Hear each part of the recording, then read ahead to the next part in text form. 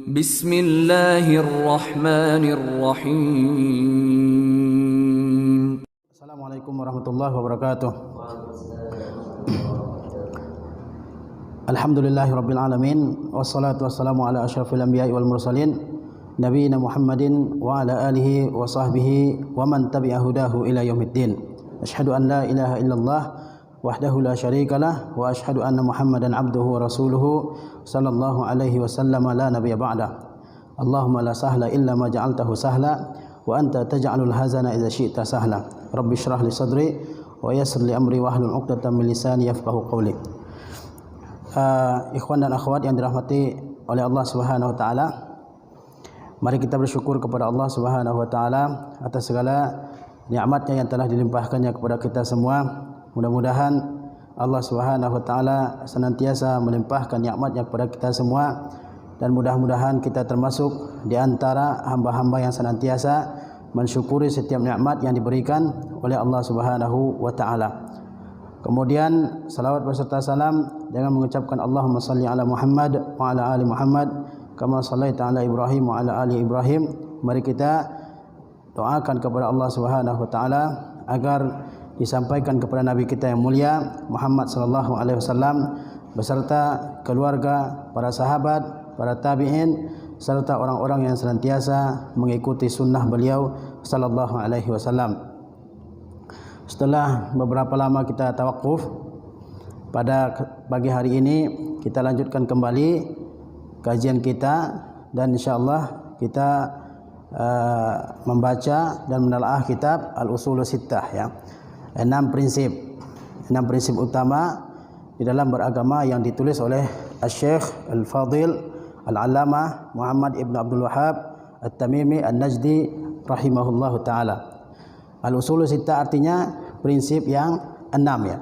Bukan berarti dalam agama ini prinsip agama itu hanya 6, tetapi yang pokok ada 6, yang terpenting ada 6, ya. Jadi ulama mengatakan bahwa ada al-adad atau angka yang memiliki mafhum, ada angka yang tidak memiliki mafhum, ya. Jadi misalnya kalau dikatakan jumlah salat wajib itu 5, itu namanya al-adad lahu mafhum, angka yang memiliki pemahaman. Ya memang 5, enggak boleh lebih dari 5, kan salat wajib 5 sehari dan semalam, ya. Tapi ada juga yang disebut dengan al-adad wa laisa lahu mafhum, ya, yaitu angka tapi tidak ada mafhumnya. Maksudnya tidak terbatas kepada angka yang disebut, bisa lebih dari itu. Misalnya Rasulullah mengatakan ijtanibus sab'al mubiqat, jauhilah 7 dosa-dosa besar yang bisa menghancurkan, ya. Bukan berarti dosa besar hanya 7. Itu namanya al-adad laisa lahu mafhum, ya. Adat yang tidak terbatas kepada angka tersebut, ya.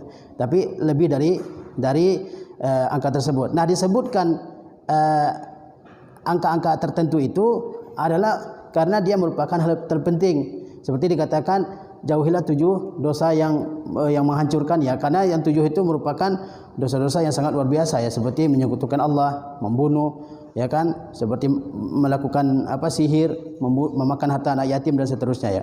Jadi al-usul sittah bukan berarti usul dalam agama kita ini hanya sittah, hanya 6, tidak. Banyak usul-usul yang lain, banyak pokok-pokok yang lain, tetapi ini merupakan al-usul yang muhimmah, pokok-pokok yang penting dalam agama kita, ya. Pada pertemuan sebelumnya kita sudah membicarakan al-aslul awal, ya, yaitu asal atau landasan yang pertama, pokok yang pertama, yaitu al-ikhlasu lillah, yaitu mengikhlaskan agama hanya untuk Allah Subhanahu wa taala. Bahwasanya kita beribadah hanya kepada Allah Subhanahu wa taala dan menjauhi segala bentuk peribadatan kepada selain Allah Subhanahu wa taala. Dan ini merupakan dakwahnya para anbiya wal mursalin, ya, para nabi dan para rasul. Dakwah mereka adalah dakwah tauhid, ya. Dakwah bagaimana supaya seluruh manusia ini beribadah hanya kepada Allah Subhanahu wa taala. Dakwah supaya manusia menjauhi segala bentuk peribadatan kepada selain Allah Subhanahu wa taala. Walaqad ba'atsna fi kulli ummati rasulan an ya'budullaha wajtanibut taghut. Sesungguhnya telah kami utus seorang rasul pada setiap umat agar mereka beribadah hanya kepada Allah dan menjauhi tagut. Ya, tagut yaitu segala sesuatu yang diibadahi, yang ditaati, yang dipatuhi selain Allah Subhanahu wa taala, ya. Kemudian pada kesempatan yang berbahagia ini ya kita bahas al-aslul tsani, yaitu asal yang kedua atau pokok yang kedua, landasan yang kedua ya. Yaitu apa? Amarallahu bil ijtima' fid din. Sesungguhnya Allah Subhanahu wa taala telah memerintahkan untuk bersatu padu di dalam agama ini, ya. Wa naha anit tafarruqi fihi, dan sesungguhnya Allah melarang bercerai-berai atau berpecah belah dalam agama ini, ya. Ini prinsip yang kedua yang diterangkan oleh Syekh Muhammad Ibn Abdul Wahhab, bahwasanya Allah Subhanahu wa taala memerintahkan kita semua untuk bersatu padu di dalam agama ini, ya, untuk ittihad, ya, dan Allah Subhanahu wa taala melarang berpecah belah, ya. Banyak sekali ayat-ayat dalam Al-Qur'anul Karim, begitu juga banyak sekali hadis-hadis Rasulullah SAW yang membahas masalah ini, ya, di mana Allah SWT perintahkan kepada kita untuk bersatu padu, ya. Seperti Allah SWT mengatakan apa? Inna hazihi ummatukum wa inna hazihi ummatakum ummatu wahidah. Sesungguhnya umat kalian ini adalah umat yang satu. Wa ana rabbukum fa'buduni. Dan aku adalah Rabb kalian, maka beribadahlah kalian kepadaku. Jadi umat Islam ini bukan umat yang banyak, tapi umat yang satu, ya. Umat yang satu. Satu Tuhannya Allah Tabaraka wa taala, ya. Satu kiblatnya Ka'bah, semua umat Islam menghadap ke Ka'bah. Satu kitabnya Al-Qur'anul Karim, satu rasulnya Muhammad sallallahu alaihi wasallam, ya. Ibadahnya sama, rukun Islam 5, ya. Rukun iman ada 6 dan seterusnya, ya. Jadi Allah SWT menjelaskan kepada kita bahwasanya umat Islam ini diperintahkan oleh Allah SWT untuk bersatu dalam perkara agama, ya.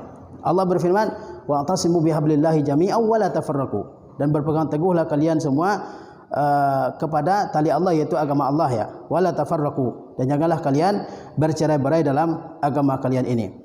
Allah berfirman misalnya, minal ladzina farraqu dinahum wa kanu syi'a, ya. Di antara orang-orang yang mencerai-beraikan agama mereka, dan mereka itu apa? Berkelompok-kelompok, ya, bergolong-golongan, ya. Kullu hizbin bima ladaihim farihun. Setiap kelompok senang dengan apa yang mereka anut, senang dengan apa yang mereka yakini, ya. Jadi Allah SWT perintahkan kita untuk bersatu di dalam agama ini, dan Allah SWT melarang kita untuk bercerai-berai, ya. Ini satu prinsip dalam agama Islam, ya. Tidak boleh orang sengaja membuat perpecahan dalam agama Islam ini, ya. Tidak boleh orang membuat entah itu suatu organisasi, suatu lembaga, suatu pemahaman yang membuat umat Islam terpecah, ya. Tapi kalau organisasi hanya untuk tujuan agar lancarnya suatu dakwah, misalnya suatu lembaga pendidikan, itu boleh selama tidak membangun fanatisme di atas lembaga tersebut, di atas organisasi tersebut. Tapi kalau sudah membangun fanatisme di atas lembaga atau organisasi tersebut, yayasan tersebut, maka itu adalah suatu hal yang dilarang, ya. Itu sesuatu yang dicela dalam agama kita ini. Kalau dikatakan misalnya orang yang tidak ikut jamaah saya berarti dia di luar agama Islam, itu sudah suatu hal yang terlarang dalam agama kita ini, ya.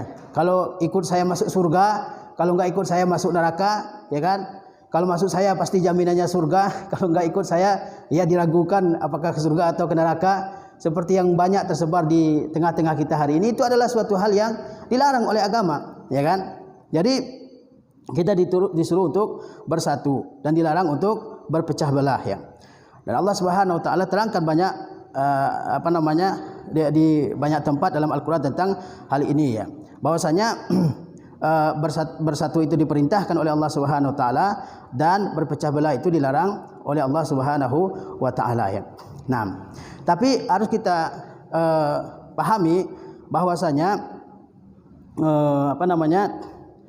dalam agama kita ini, ya, perbedaan-perbedaan itu pasti ada, ya. Oleh karenanya Allah SWT menyuruh bersatu. Kenapa disuruh bersatu? Karena ada perbedaan, ya, ada perbedaan, ya. Ya. Ada perbedaan, kita lihat, ya, ada beberapa bentuk perbedaannya. Ada perbedaan namanya ikhtilafu at-tadad, ya, perbedaan yang kontradiktif, yang satu tidak mungkin bersatu dengan yang lain, ya. Dan ada ikhtilafu tanawwu', dan ada ikhtilaf tanawwu'.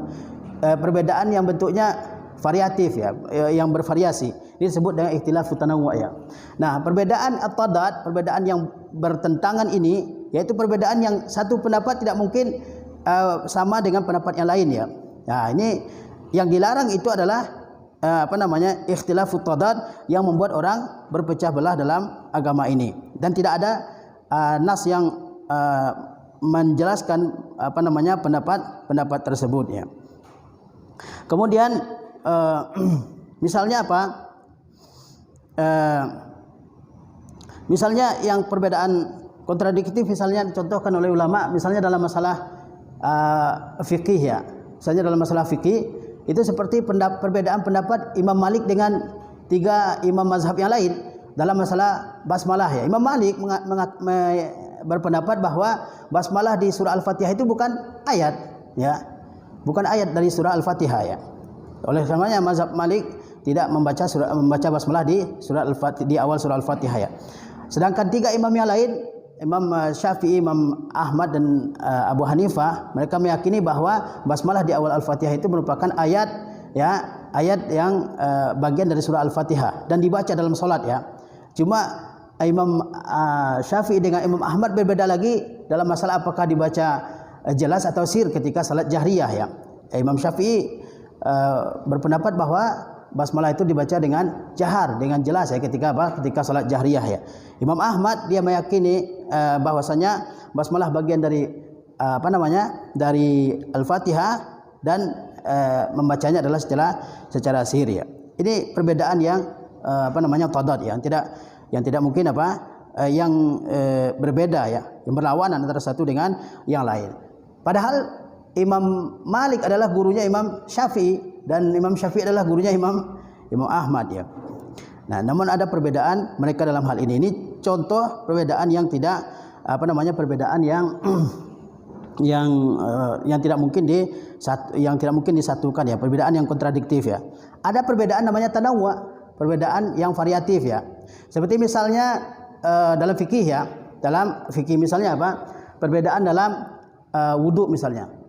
Ya, ada wudu 3 kali, ada wudu 2 kali dan ada wudu sekali ya. Ya.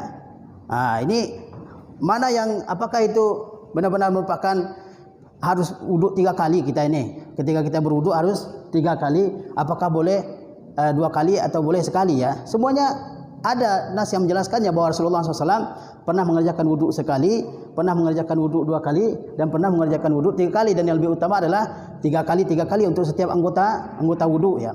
Tapi ada keadaan-keadaan di mana orang dianjurkan untuk mengerjakan wudu sekali, ya kan? Misalnya apa?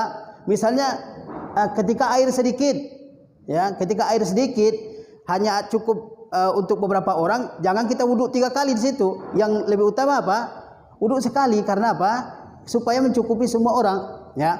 Atau ketika misalnya imam sudah takbir di masjid, ya, imam sudah takbir, kemudian di belakang kita banyak antrian, panjang antriannya, jangan wudu 3 kali, lama sekali, kemudian gosok-gosoknya lama ya.